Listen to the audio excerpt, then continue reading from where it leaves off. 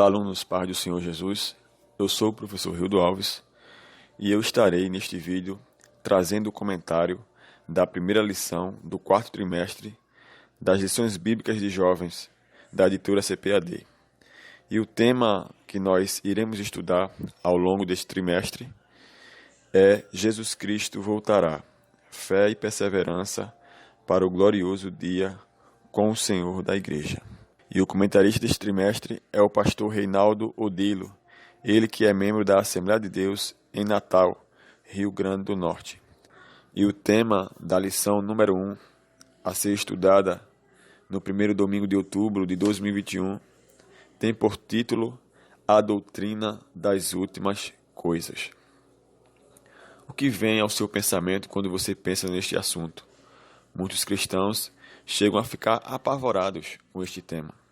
Mas, ao longo desse trimestre, nós iremos estudar este assunto de uma maneira clara, bíblica, à luz dos fatos, e de uma forma que nós possamos entender este assunto de uma maneira que tenhamos paz e não pânico, porque o objetivo do Senhor em revelar as últimas coisas para a humanidade, em revelar como serão as coisas nos tempos do fim, não é para causar pânico ou crise de ansiedade, e sim para mostrar para a igreja que, apesar de termos aqui uma jornada cercada por tribulações e dificuldades, um dia tudo isso passará, toda lágrima será enxugada, e nós teremos uma vida de tranquilidade e sem problemas quando estivermos para sempre com o Senhor. Esta primeira lição, ela tem 3 objetivos. O primeiro objetivo é apresentar a doutrina das últimas coisas dentro de uma perspectiva bíblica. Segundo objetivo, mostrar por que devemos estudar a doutrina das últimas coisas. E o terceiro, compreender que devemos viver segundo a esperança cristã. Então, alunos, já que agora estamos claros sobre esses 3 pontos, vamos à nossa lição. O texto bíblico ao qual esta lição está baseada está na segunda carta do apóstolo Pedro, capítulo 3, versículos do 1 até o versículo 12. Então agora vamos ao primeiro ponto da nossa lição: a doutrina das últimas coisas e a Bíblia. O primeiro subtópico diz: o que é escatologia? Talvez você já tenha ouvido muitas vezes esta palavra e ainda não conhece o seu real significado. Segundo o dicionário de escatologia bíblica da CPAD, o vocábulo escatologia é derivado do grego eschatos, últimas coisas, mas a palavra logia, discurso racional. Então podemos definir a escatologia como o estudo sistemático e lógico das doutrinas concernentes às últimas coisas. Nas Sagradas Escrituras, encontramos um conjunto de princípios que formam a base do nosso sistema religioso. Esse conjunto de princípios é denominado de doutrina. Então, pessoal, escatologia significa a doutrina das últimas coisas em simples palavras. É a abordagem bíblica que está relacionada apenas a este assunto que é as últimas coisas. Então, quando você ouvir esta palavra escatologia, lembre-se que ela está se referindo ao estudo lógico e sistemático acerca das últimas coisas. Segundo subtópico, o Espírito Santo nos ajuda no estudo da escatologia. Algumas pessoas erroneamente acreditam que a doutrina das últimas coisas é difícil de ensinar e de compreender. Contudo, nós podemos contar com a ajuda do Espírito Santo que nos instrui a respeito das Sagradas Escrituras. Aqueles que leem a palavra de Deus procuram aprender a respeito do fim de todas as coisas e encontram sabedoria, conhecimento e não são enganados pelos falsos mestres. Nossa fé a respeito do fim não pode estar firmada em meros palpites, mas precisa ser solidificada sobre a palavra de Deus. Ou seja, é importante você, aluno, que você tenha conhecimento da palavra de Deus. Você não pode estar pautando a sua fé, a sua esperança em especulações. E como a gente sabe, existem muitas especulações por aí, internet afora, que fala acerca da doutrina das últimas coisas, mas de uma forma, às vezes, tirada do seu contexto e de forma distorcida. E o crente precisa conhecer a palavra de Deus para que ele possa discernir aquilo que realmente está condizente com a palavra e aquilo que não passa apenas de especulação. Terceiro subtópico: Deus fala a respeito do futuro. O Senhor chamou Abraão e prometeu que o seu futuro seria magnífico e que sua família seria tão numerosa quanto as estrelas do céu. Com Moisés, ele sempre apontou o caminho para a terra prometida. Com Davi, a promessa acerca do futuro dizia a respeito de um descendente que reinaria para sempre. E assim Deus sempre levantou profetas para falar ao seu povo a respeito do futuro. O Senhor Jesus igualmente tratou de vários temas que estavam relacionados ao tempo do futuro.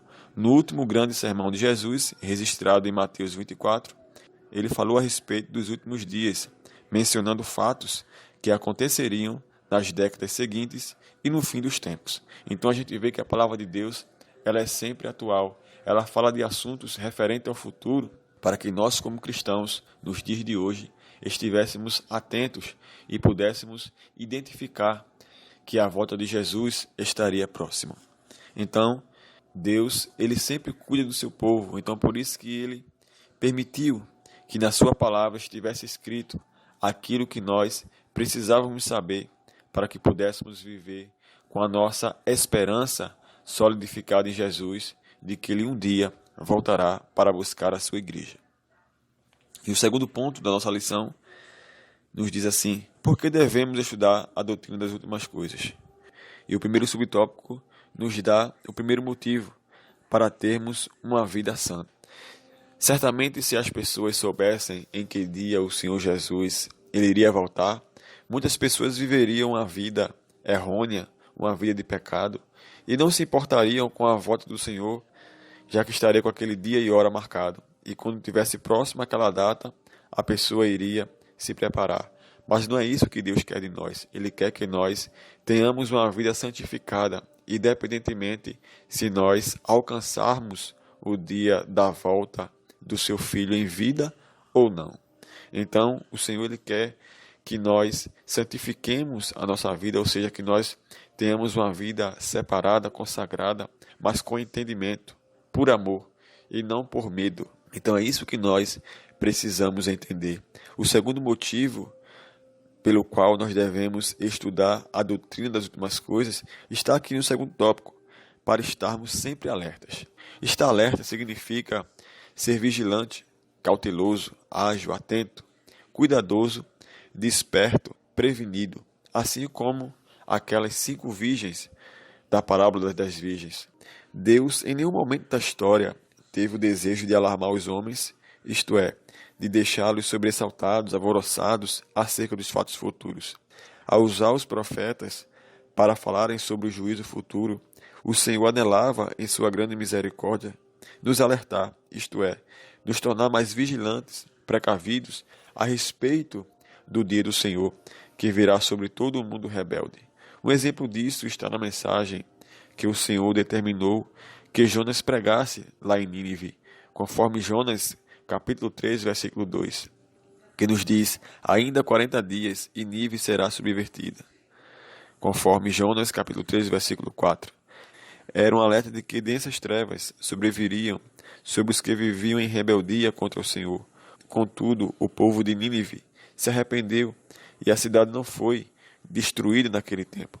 E o Senhor hoje, ele permite que nós tenhamos acesso a este conhecimento através da sua palavra, não é para nos alarmar, não é para que nós venhamos ficar com aquele sentimento de ansiedade, de ficar com medo. E eu quero aqui aproveitar para contar uma experiência minha acerca deste assunto, é que, sendo crente desde a minha infância, a primeira vez que eu ouvi falar sobre esse assunto de uma maneira mais sucinta, de uma maneira mais aberta, foi quando eu tinha 10 anos de idade, quando eu assistia a um documentário na igreja. E esse documentário abordava várias situações que aconteceu ao longo da história da humanidade e fazia uma correlação entre esses acontecimentos e os cumprimentos das profecias que apontavam para o fim dos tempos. E a forma como aquele assunto era abordada acabou instalando em mim um sentimento de ansiedade, um sentimento de pânico, porque ao ficar apreensivo, sempre com aquela expectativa de que a qualquer momento poderia acontecer o arrebatamento, ou de a qualquer momento o anticristo iria surgir, que eu ficava de certa forma bloqueado, pensando como seria o meu futuro, como eu deveria investir em minha carreira profissional, se eu iria casar ou não, como ia construir a minha família. E eu acredito que alguém que está aqui vendo este vídeo, está aqui acompanhando este comentário, talvez já tenha passado em seu coração, talvez ao pensar neste assunto, isso te deixou sem esperança, sem expectativa de um futuro melhor para a sua vida. Mas não é esse o propósito de Deus para nossas vidas. O objetivo do Senhor nos permitir, nos dar acesso a este conhecimento é para que nós estejamos atentos, saibamos a hora em que nós estamos nos aproximando do dia e aguardemos o dia do Senhor de forma tranquila, de forma prudente, assim como aquelas 5 virgens da parábola das 10 virgens. Então é importante que nós tenhamos conhecimento acerca deste tema para que nós não sejamos pegos de surpresa. Então por isso que o Senhor, Ele permite que nós tenhamos acesso a este conhecimento, que inclusive está dentro das Sagradas Escrituras. E aqui o terceiro motivo pelo qual nós devemos estudar a doutrina das últimas coisas é para termos esperança e sabermos combater as heresias. No sermão profético de Mateus 24, bem como na revelação de João no livro do Apocalipse, o Senhor não tinha um propósito de amedrontar as pessoas. Seu objetivo era trazer uma esperança indestrutível ao coração daqueles que são fiéis a respeito do futuro glorioso com Deus na eternidade. Ele também desejava advertir de forma veemente sobre o fim daqueles que vivem uma vida dissoluta. Atualmente, muitos pensamentos danosos existem em relação à escatologia, como, por exemplo, os pós-tribulacionistas, que afirmam que o arrebatamento ocorrerá após o fim da grande tribulação, o universalismo, que acredita e prega que todos serão salvos, e o aniquilacionismo, que acredita que as almas dos condenados no inferno serão aniquiladas. As heresias precisam ser combatidas com sólidos argumentos bíblicos, e para tal precisamos conhecer as Sagradas Escrituras. Então, pessoal, foi conhecendo a Palavra de Deus, foi estudando bem este assunto dentro das Sagradas Escrituras, que eu me libertei daquele sentimento de ansiedade, daquele sentimento de pânico que eu tinha em relação aos fins dos tempos. E eu entendi uma coisa, que eu passo para vocês, esta grande lição, que nós estamos aqui nesta terra como mordomos do Senhor, e o nosso foco é fazer aquilo que o Senhor tem colocado em nossas mãos, é cumprir a nossa missão enquanto estamos aqui na terra, e vivemos o hoje, aqui e o agora, porque nós não temos nenhum controle sobre os eventos do fim dos tempos, nós não sabemos.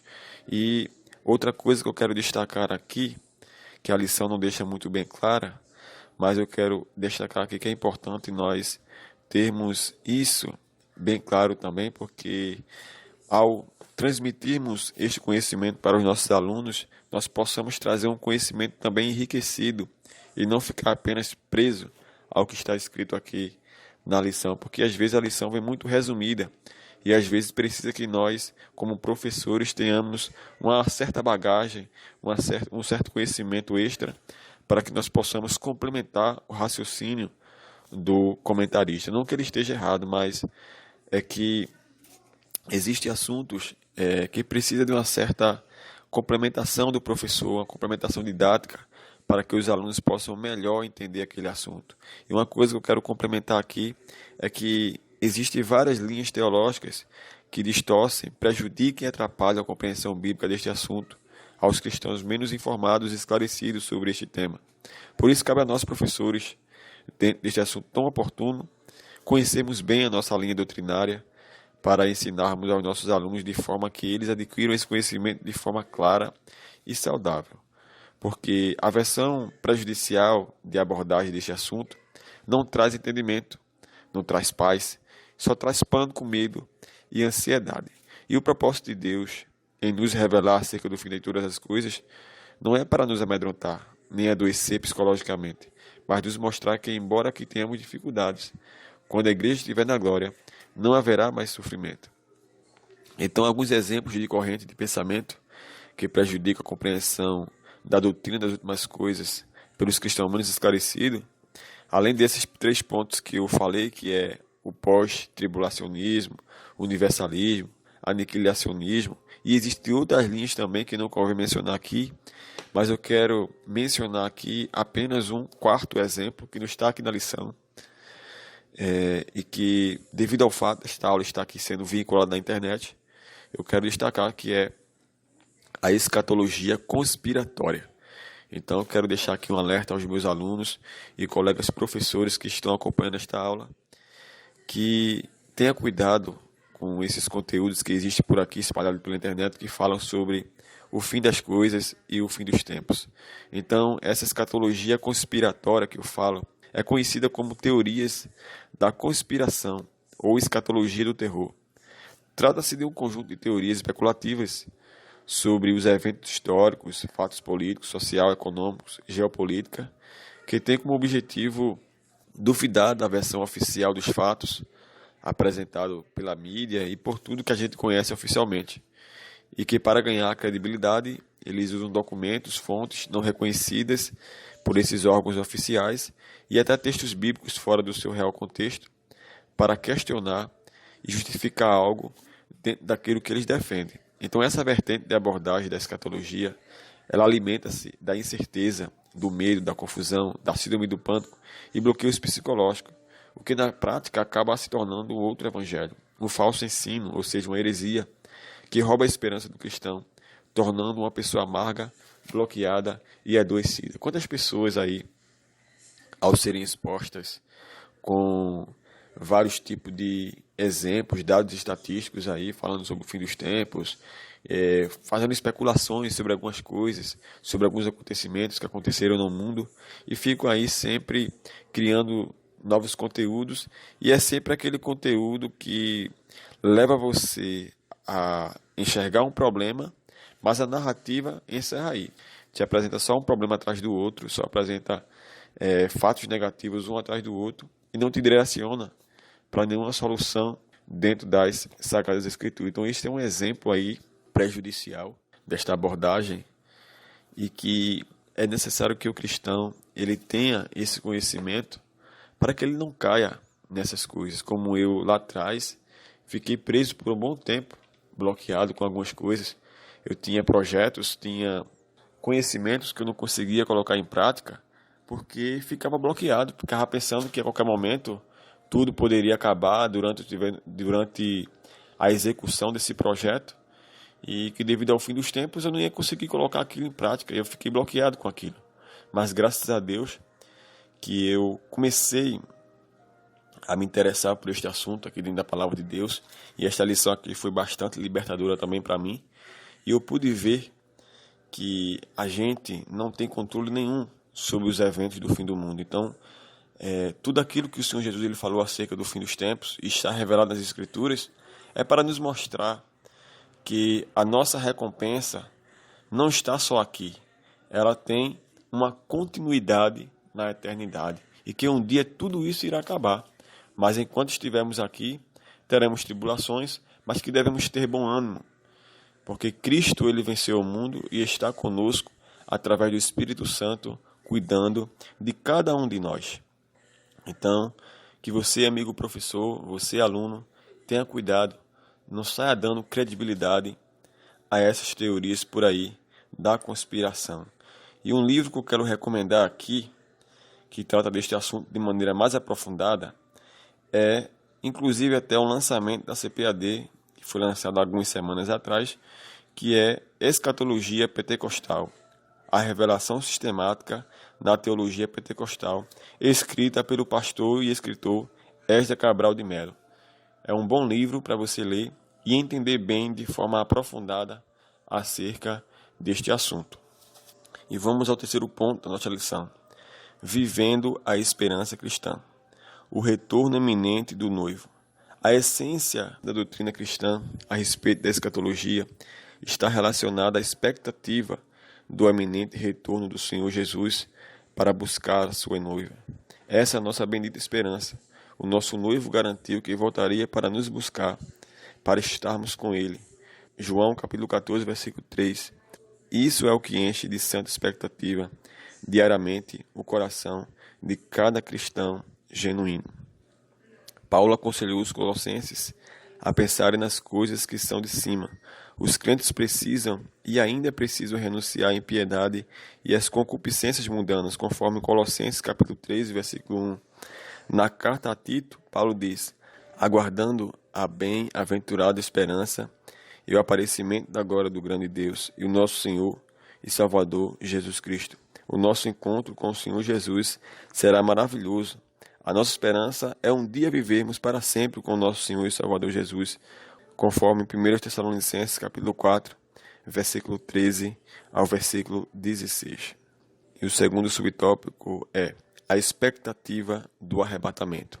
Uma coisa que eu preciso deixar aqui e destacar, que a lição não fala, porque a lição falou no ponto anterior sobre as vertentes, alguns exemplos de vertentes da escatologia que são divergentes do nosso, que nós precisamos entender isso para que nós não venhamos a ter nenhum tipo de embaraço, é que a nossa vertente escatológica pentecostal é a do pré-tribulacionismo. Essa visão ela defende que a volta de Cristo ela se divide em duas etapas.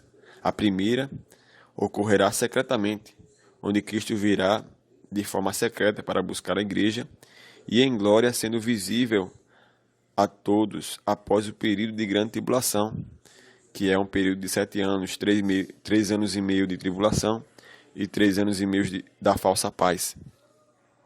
E por conta desse arrebatamento secreto, que essa posição é chamada de pré-tribulacionismo. Então isso a gente tem que entender. Então é isso que nós cremos, nós pentecostais e assembleanos, nós cremos que nós não iremos passar pela grande tribulação. Nós seremos arrebatados antes que ela aconteça. E esse arrebatamento, ele ocorrerá de uma maneira inesperada, a qualquer momento, a qualquer hora, a qualquer dia ou a qualquer ano. Aquele dia e hora, ninguém sabe. Somente Deus que está nos céus. Então, por isso que eu digo que nós devemos viver a nossa vida normalmente, enquanto esse dia não chega. E não nós ficarmos com pânico, com ansiedade. Não, devemos viver nossa vida tranquilamente. A única preocupação que nós devemos ter enquanto estamos aqui é de vivermos uma vida santificada, ou seja, uma vida obediente aos princípios da palavra de Deus. E as demais coisas que nós não podemos controlar, entregamos nas mãos de Deus. Então, enquanto Ele não vem, nós trabalhamos, nós estudamos, nós pagamos as nossas contas, nós nos relacionamos. Então é isso que o crente tem que ter em mente. E não ficar sempre em cima daquele sentimento de ansiedade, sentimento de pânico. Então, voltando aqui para o nosso segundo tópico, a expectativa do arrebatamento. Então o cristão ele deve viver como se o arrebatamento da igreja fosse acontecer hoje, agora. Então, para que o crente possa ter essa visão, ele precisa ter isso que eu acabei de falar. Ele tem que se focar em obedecer à palavra de Deus e seguir os seus princípios e viver sua vida normalmente. E seguir os princípios bíblicos, os princípios morais e viver uma vida regrada normalmente. Viver sua vida normalmente, pagando as suas contas e vivendo a sua vida e honrando os seus compromissos. O cristão deve viver uma vida como se o arrebatamento da igreja fosse acontecer hoje, agora. Aqueles que vivem na expectativa desse encontro glorioso com o Senhor tornam-se mais fortes para enfrentar os embates da vida e procuram seguir uma disciplina espiritual, como, por exemplo, a oração, o jejum, a leitura da palavra de Deus, buscando sempre a santificação. Por outro lado, muitos crentes não levam a sério a sua vida espiritual e já não creem mais no arrebatamento. A prioridade e interesse de alguns se resume a acumular bens materiais.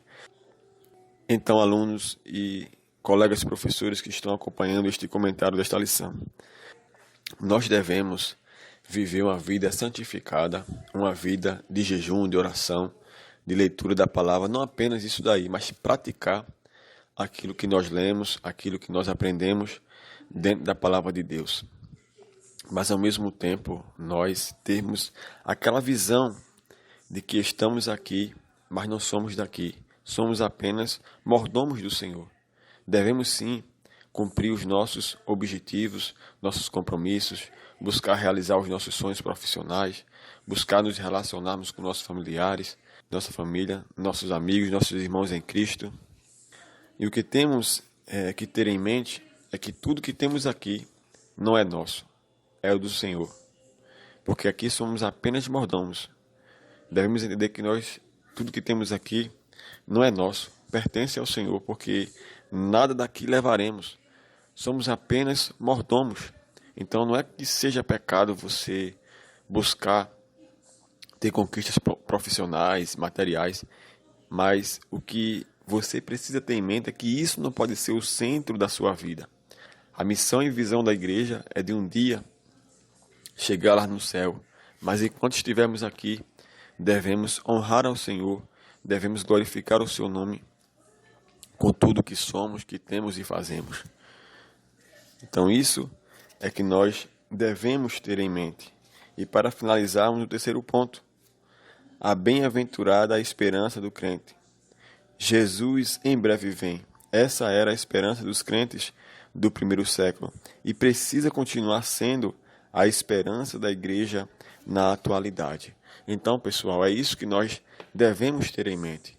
Devemos sim buscar fazer o que precisa ser feito como pessoa, como cidadãos desta terra.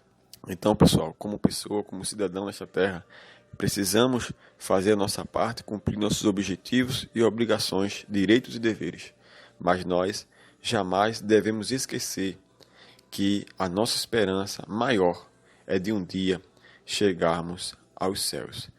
E se você gostou desta aula, deixe seu like, se inscreva no canal, ative o sininho para receber uma notificação sempre que tiver um novo conteúdo disponível. Que Deus te abençoe. Obrigado pela sua atenção e até a nossa próxima aula.